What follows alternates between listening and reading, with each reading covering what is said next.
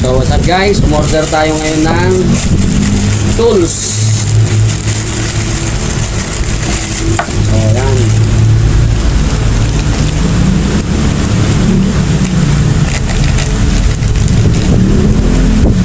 So mabigat pala to guys, oh.